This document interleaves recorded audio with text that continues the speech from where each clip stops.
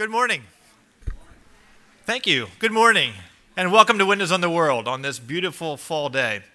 I think every Windows has its own special character, which is defined in large part by the speaker, the topic, the energy in the room, and so forth. But it's always particularly special to have one of our alums with us as our speaker, which is the case today.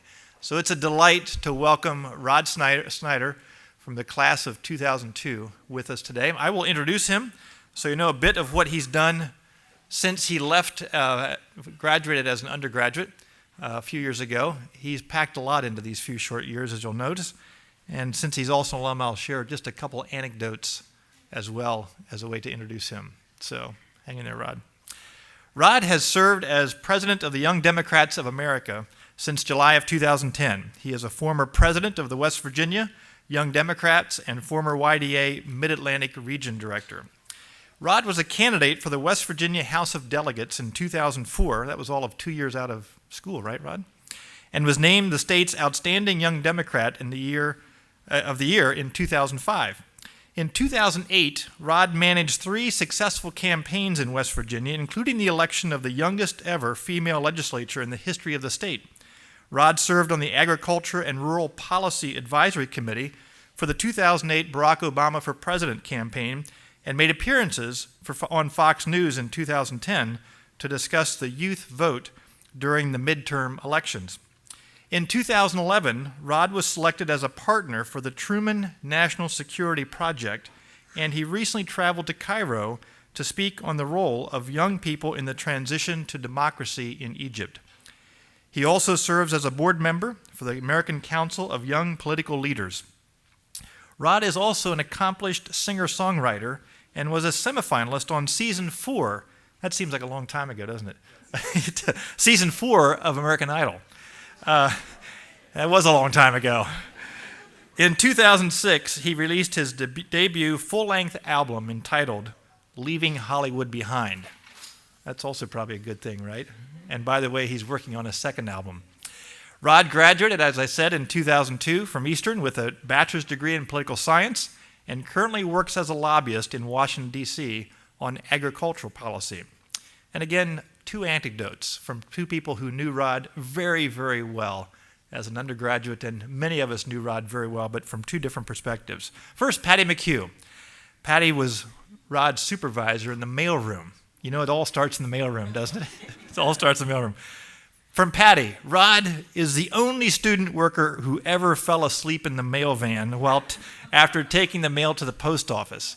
After waiting and waiting and waiting for Rod to get back, they went out and there he was in the van sleeping. And apparently, he also took naps occasionally underneath the table in the mailroom, all 6'4" of him. But, you know, he was also doing a ton those days as a student and working, and we let it slide. We never did fire you. This also from Dr. Kathy Lee, who, as you know, was a longtime political science professor here at Eastern, recently relocated to Whitworth University. And this just in recent days from Kathy, knowing that Rod was speaking. One of my most gratifying experiences as a professor at Eastern was my friendship with Rod. Not only did he eagerly engage with the material we discussed in class, but then he acted on his commitments. He has walked the talk, and in doing so has inspired me. Thank you, Rod, from Kathy Lee. Rod, it's great to have you here. As he comes up, just a quick reminder, we will have lunch, a Windows lunch following at 11:30. Very informal conversation around the kitchen table with Rod. 11:30 we begin. We'll go to somewhere between 12:30 and 1. If you're a student with a meal plan, just bring your lunch to Baird Library. If you're a visitor or don't have a meal plan, just give your name at the door of the dining commons and take your lunch to Baird Library, and we'll enjoy some more conversation. Rod, welcome home.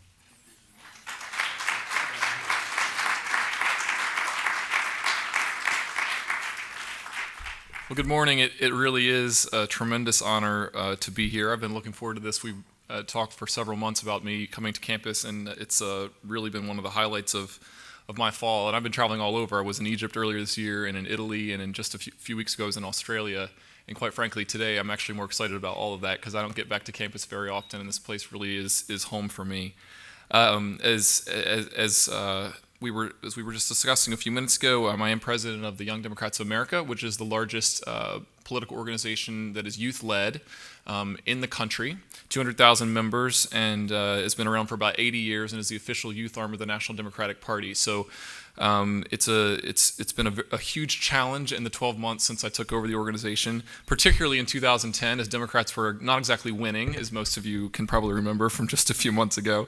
But I will say that a lot of the leadership skills that I have been using in the last 12 months, I really did sort of develop here at Eastern University. I was president of the student body in 2000, 2001, and I was part of the Leadership Fellows program under Tess Bradley, and just so much of my experience in the last 10 years since leaving Eastern, I look back and think if I had not been a part of that program and working with Tess and of course Dr. Lee and others here on campus, I just would not have had the opportunities that I've had or the confidence to do a lot of the things that I did. So do cherish your time here at this college because it really is preparing you for what's next to come.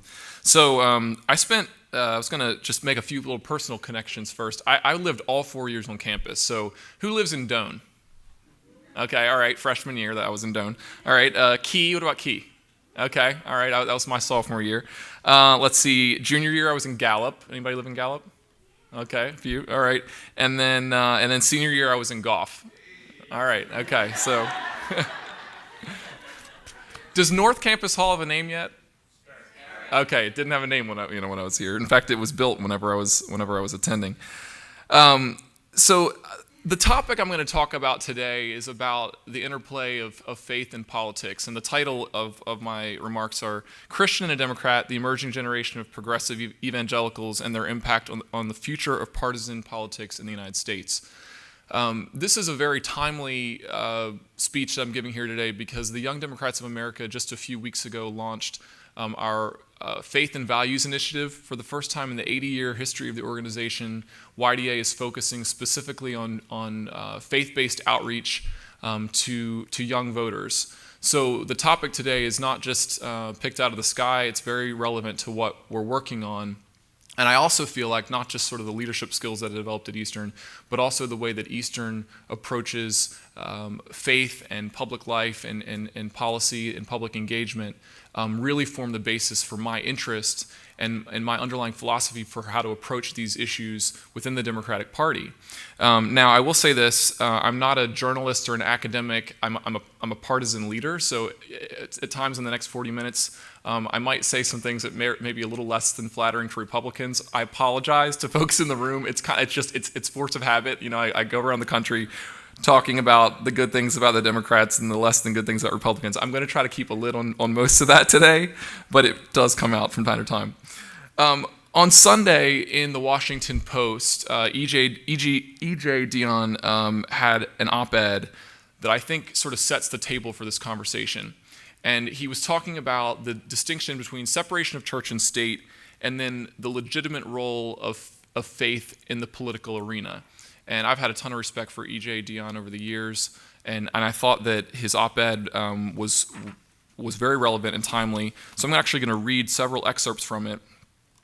I'm going to be spending a little time here at the beginning reading from some things, so bear with me.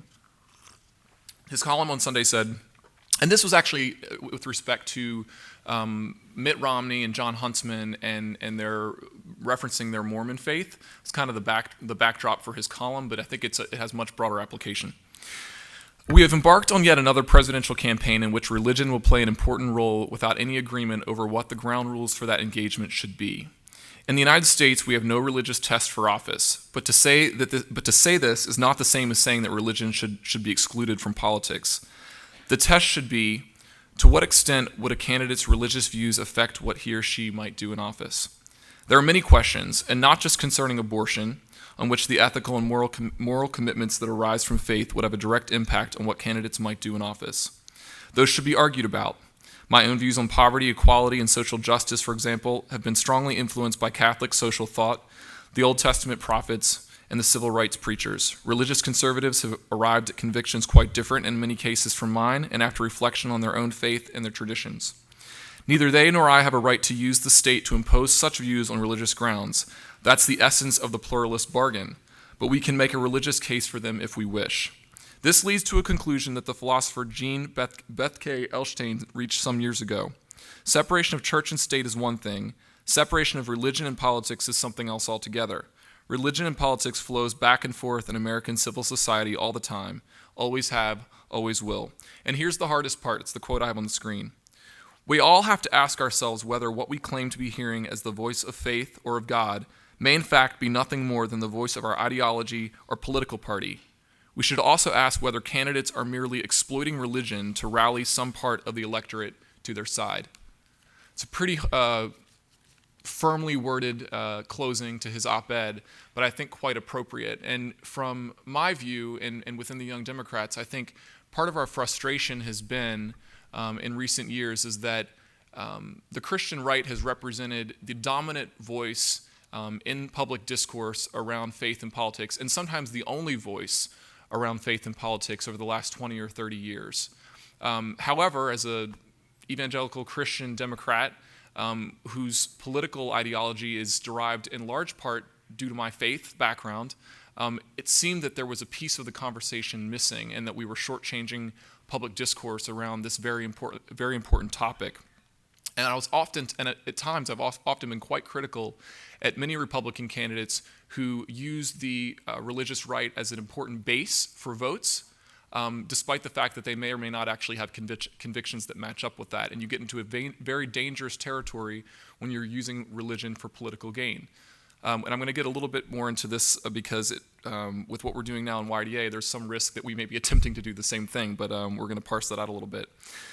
One of the things that I appreciate about Eastern as an educational institution is that as you come through your educational process here, and as I did 10 years ago, you are just as likely to graduate from Eastern as a liberal Democrat as you are a conservative Republican. There's not an expectation about what you're going to look like when you emerge from 4 years at this college. There's an emphasis on political freedom and intellectual freedom and an ability to explore your faith and how it shapes your worldview. And I appreciate that very deeply about this college, because if you look around within the Christian educational community, that's not the case everywhere. And I actually had a pretty startling personal encounter with this, and by no means I don't mean to demean our colleagues at Liberty University, but a couple years ago I'm going to be telling a story about an interaction that I had with Jerry Falwell Jr. and the administration there that really did help remind me about the contrast with what's presented here at Eastern, and I think what has been such an important foundation for the way that I approach these issues. So in 2009, Liberty University made a decision to basically ban the College Democrats organization from their campus. They said that they would no longer be allowed to be officially recognized in Lynchburg, Virginia, and that they would have to, they could still technically meet on campus, but they could not bear the university's name, and they would not have official club status. So at that point, they would have been just, stuck meeting, in hallways, wherever they could get space. Within a few days, I caught wind of this, and I wasn't president of YDA at that time, but I felt I was fairly well positioned, as having graduated from a Christian college myself, to address this directly. I was Mid-Atlantic Region Director for YDA, which included Virginia. So I sent an email to the administration on May 22nd of 2009, which started an exchange between myself and Jerry Falwell Jr., which over time became quite public, that really did provide impetus for where we're going now within YDA. I'm going to read some excerpts. I'll try not to read all of this from the email exchange between myself and the administration at Liberty. May 22nd, 2009. I was disappointed when I learned this afternoon that Liberty University College Democrats has lost its recognition as an official campus organization. As an evangelical Christian and a young Democratic leader, I am personally offended by the decision of the university, and more importantly, by the underlying assertion that a person cannot be both a Christian and a Democrat. Admittedly, my faith deeply informs my politics. I'm a Democrat because I believe in social justice. I believe that every man, woman, and child has a basic right to health care, a living wage, and a basic standard of living. I believe that war and violence should be used as a last resort. I believe that every human being has intrinsic value and that discrimination is never warranted. I believe that our Creator has given us a responsibility to be stewards of His creation. But I would never assert that the Christian faith exclusively belongs to the Democratic Party, and I expect the same level of respect and deference from my fellow believers in the Republican Party.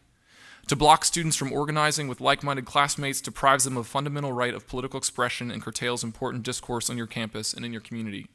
The Liberty University Code of Conduct states that students may not engage in any activity on or off campus that would compromise the testimony or reputation of the university.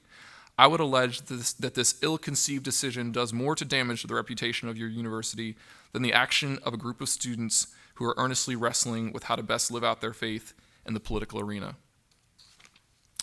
About an hour later, I received a response from Mr. Falwell.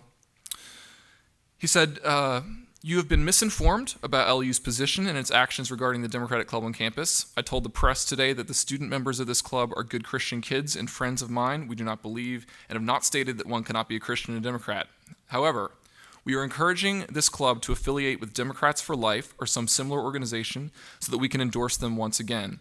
Even if they remain affiliated with the DNC, they will not be prevented from meeting on campus or having a club.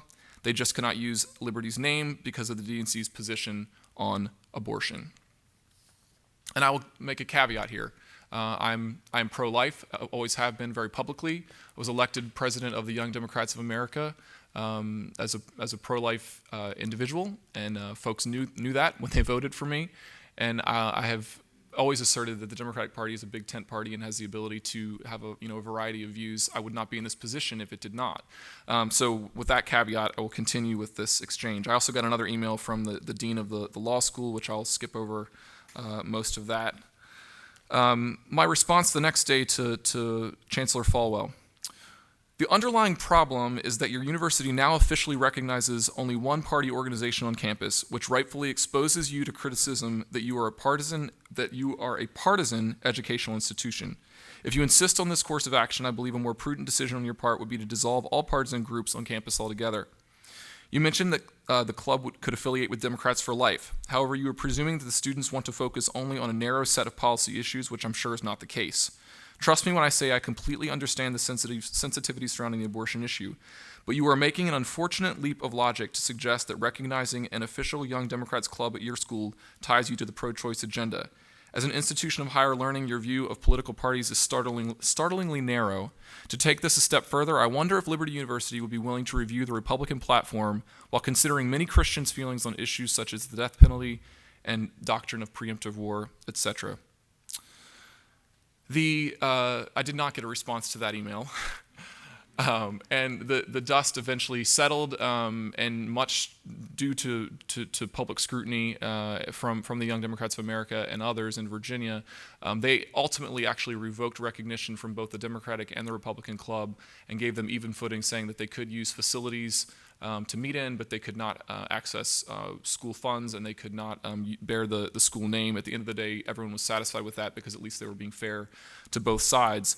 But it reminded me just how far we have to come right now in Christian circles when it comes to the way the evangelical Christian community views political involvement and partisan involvement specifically.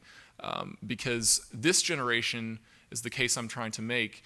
Our generation, the millennial generation, which I'm on the very top edge of, and I know you guys probably don't view me as the same generation, but tends to approach faith and politics much differently than our parents did, and tends to view a much broader set of issues when approaching our involvement. So just a quick review of the last 30 years. I'm going to be brief, but touching on several key political figures in the United States over the last 30 years and the role that they played in this discussion. Many of them were victims of this entire debate. But prior to the 1970s, religion and politics was viewed as largely a nonpartisan affair. Many political leaders used their faith to perhaps get involved in the battle against communism on the right, perhaps against poverty on the left, to promote temperance many years ago, to promote civil rights, even dating back to the abolition of slavery in the 1800s. Many, obviously, faith-based and religious organizations and churches were deeply involved in the abolition of slavery. So the interaction of faith and politics in our history, in our country's history, is very rich. But it's only been in the last 30 to 40 years that we've seen this very skewed divide between the secular left and the religious right.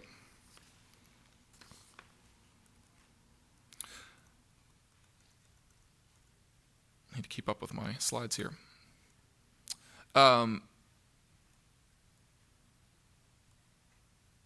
So there are a number of folks who we can look at as sort of case studies, and all of them sort of have an interesting story.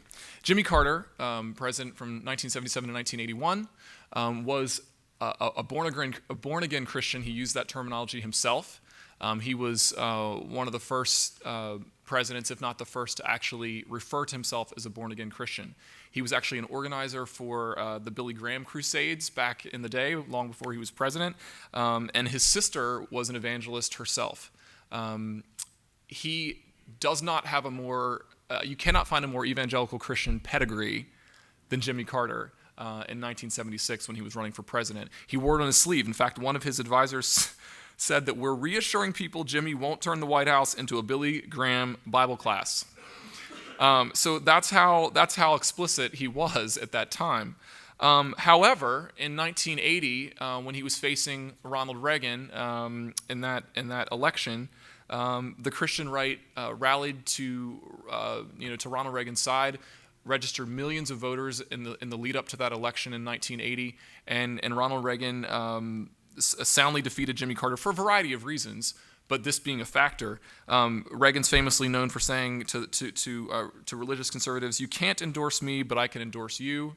And that saying is quite famous. And white evangelical voters accounted for 2/3 of Reagan's 10-point lead, 10-point margin of victory over Jimmy Carter in 1980.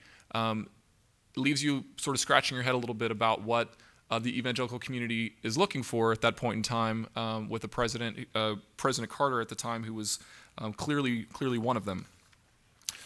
Looking more at the Catholic side of the spectrum, Michael Dukakis in 1988 was the Democratic nominee from Massachusetts.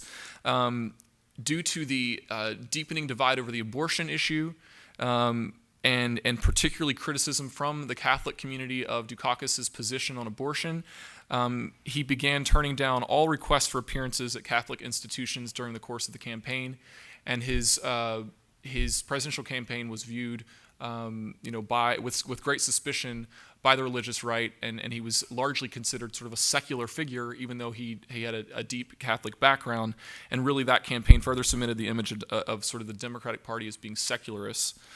Bill Clinton in 1992 flipped things on its head a little bit. A Southern Baptist from Arkansas, he could quote scripture and verse quite easily. He can quote anything quite easily. One of the most difficult moments in my life was a couple years ago when I had to follow him, speaking immediately after him. The room pretty much, if it didn't clear, it was all down front trying to shake his hand, and I'm trying to give a speech. Anyway, I don't want to repeat that. But he's brilliant. And he was so brilliant and so good at this that many in the Christian right were suspicious that perhaps it was all an act and it was fake, because he was just a little too smooth. But quite frankly, that was his background, and he knew the Bible quite well and was not afraid to quote it. He also took a slightly different approach to the abortion issue. I keep coming back to that because it's been so prominent over that period of time.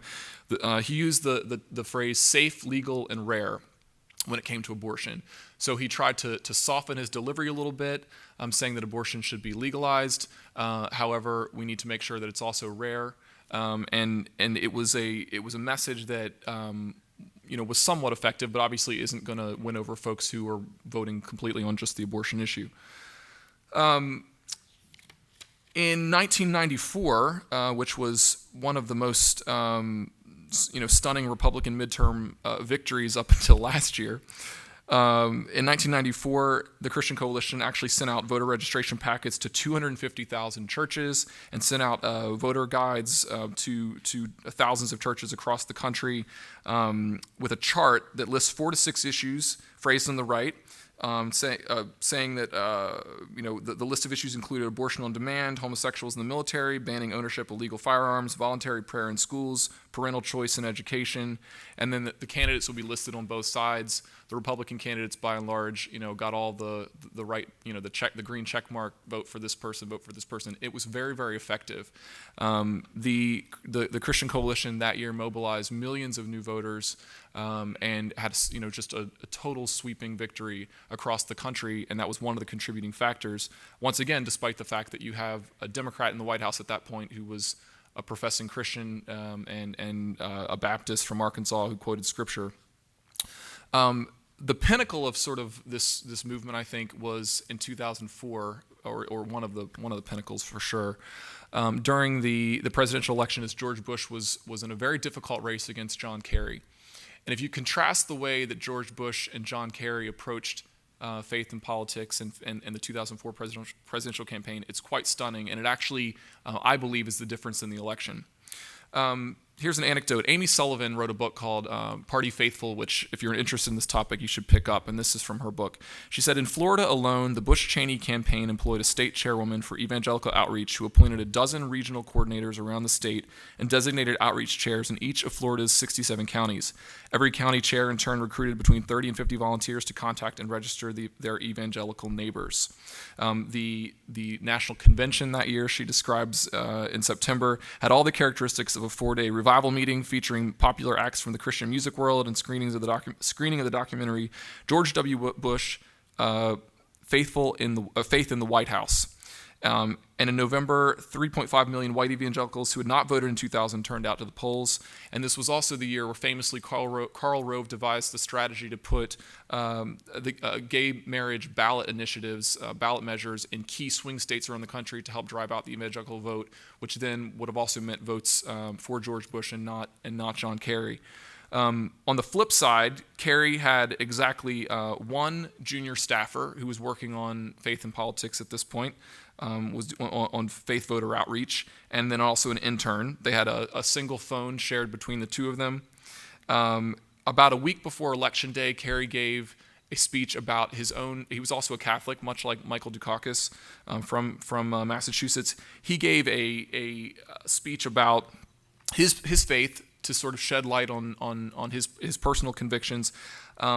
But due to concerns about abortion protesters, he actually gave this talk at a Jewish senior center in Florida instead of at a Catholic university or at a place that would have had a much better connection to sort of his background. So you cannot have a more stark contrast between the way the Republican and Democratic candidate handled this very sensitive issue in 2004, and the results, we know history, bore itself out. But this is a statistic that you should understand.